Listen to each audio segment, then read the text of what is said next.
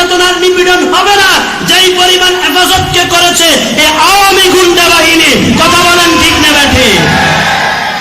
মুসলমান ভাইয়েরা আমার, সেই ইসলামের জন্য, কোরআনের জন্য যারা জীবন দিতে এক মুহূর্ত দেরি করে না, হেফাজতে ইসলাম, ইসলামকে হেফাজতের মিশন নিয়ে ময়দানে কাজ করে, আর তাদেরকে তুকমা লাগাই কয় এরা ওয়াহাবি, এরা সুন্নি না। কথা বলেন, এই ধরনের কথা এক ধরনের ফালতু শ্রেণীর লোক বলে কি বলে না?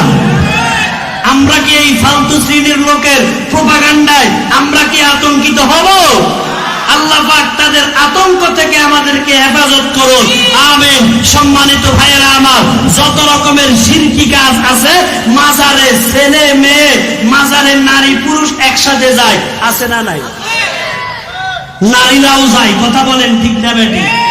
বেগানা পুরুষের মাজার জিয়ারত করার জন্য নারীদের যাওয়ার অনুমতি আছে? নাই।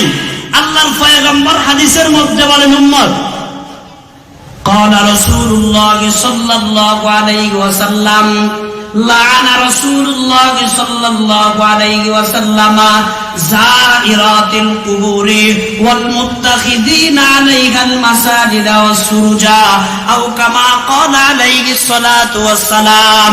আল্লাহর পয়গম্বর ডাক দেয়া বলেন, উম্মতের নরনারীরা, যারা মাজারের যেই নারীগুলা যায়, যেই নারীগুলা মাজার জিয়ারত করার জন্য যায়, পরপুরুষের কবর জিয়ারত করার জন্য যায়, ওই নারীদের উপরে আল্লাহ লানত করতে থাকে। নাউজুবিল্লাহ। কোথায় যায়? মাজারে যেই নারীরা যায় মাজার জিয়ারত করার জন্য বলেন, আর মাজার পূজা করার জন্য, মাজারে যাইলে নবী আলাইহিস সালাম বলেন তাদের উপরে লানত পড়ে। কার পক্ষ থেকে? আল্লাহর পক্ষ থেকে লানত পড়তে থাকে। ও লানতের দলেরা, তোমরা আবার আমাদেরকে ওয়াহাবি বলো, তোমাদের মুখে মানায় না। কথা বলেন ঠিক না বেঠিক? কাজ করে মামুনের মতো আর নিজেদেরকে দাবি করে খাটিয়া আশিকে রাসূল, এটার মতো হাস্যকর কথা আর কিছু হতে পারে? নবী আলাইহিস সালাম বলেন, যেই নারীরা পরপুরুষের কবর জিয়ারত করার জন্য যায়, তাদের উপরে আল্লাহর লানত, নবীর লানত। নাউজুবিল্লাহ। এর উপরে নবীজি বলেন, ওয়াল মুত্তাখিযিনা আলাইহাল মাসাজিদা ওয়াস সুরুজা, মাজারের মধ্যে এক শ্রেণীর লোক আছে বাতি জ্বালায়, আছে না নাই? মোমবাতি ধরায়, আগরবাতি ধরায়, কারেন্টের লাইট দিয়ে এমন ভাবে সাজায় কেমন যেন এটা বাসর ঘর। কথা বলেন ঠিক না বেঠিক? আর বাসর ঘর মনে করি কতগুলো আইসে এখানে বাসর ঘর পালন করে, আছে না নাই? মুসলমান ভাইয়েরা আমার, মাজারকে এইভাবে সুসজ্জিত করা এটা সম্পূর্ণ নিষিদ্ধ।